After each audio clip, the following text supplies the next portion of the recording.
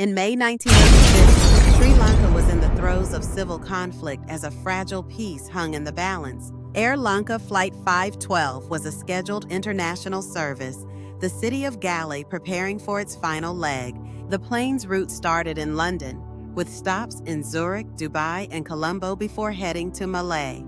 Bandaranaike International Airport in Colombo stood ready for a routine, uneventful departure.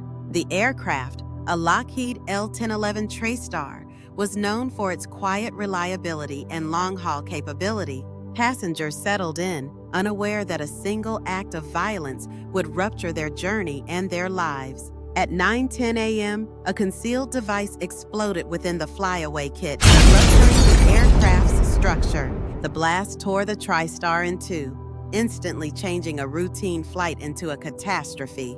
21 souls were lost, and 41 were wounded as the scene unfolded on the tarmac. Survivors and rescuers responded with urgent, restrained effort amid the chaos and ash. Survivor Simon Ellis recalls the moment of impact and the struggle to safety. The scene on the tarmac was a mosaic of fear, courage, and the sobering aftershocks of violence. On board, 148 people faced a crisis that tested the limits of composure and teamwork.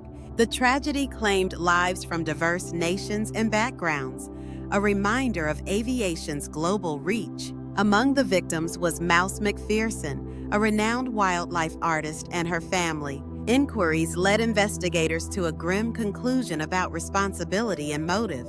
The Sri Lankan government pointed to the LTTE, citing the presence of black tigers insignia in wreckage. Peace talks brokered by India were a focal point of the political context surrounding the attack. The bombing exposed the vulnerability of civilian infrastructure during wartime. Memorials began to honor those lost and those who endured the long, invisible wounds of violence. Survivors carried scars that time could not erase, a testament to resilience amid tragedy. Families of the victims faced an impossible balance between remembrance and ongoing grief. The event left a permanent mark on Sri Lanka's collective memory and aviation history.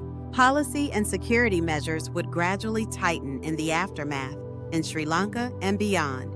Today, the memory lives in archives, museums, and the ongoing dialogue about preventing violence. The weight of memory is carried by those who remember, and by the generations who listen. This episode seeks to honor every life affected by Flight 512 and the broader conflict. The Air Lanka Flight 512 tragedy is a reminder that memory can guide us toward peaceful futures. As the credits approach, we reflect on courage, loss, and the enduring demand for accountability.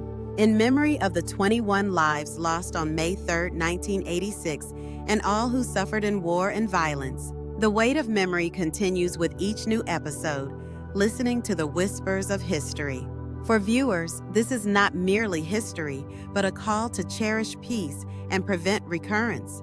Thank you for watching this chapter of The Weight of Memory. Music fades to silence as the screen transitions to the end credits. Sources and acknowledgments appear, honoring journalists and investigators who documented the events. Audience guidance. If you respond with questions, we can expand scenes or add survivor testimonies. We can also craft a companion image montage or a social media short focusing on a survivor quote. Would you like me to generate the companion montage or a social media highlight clip next?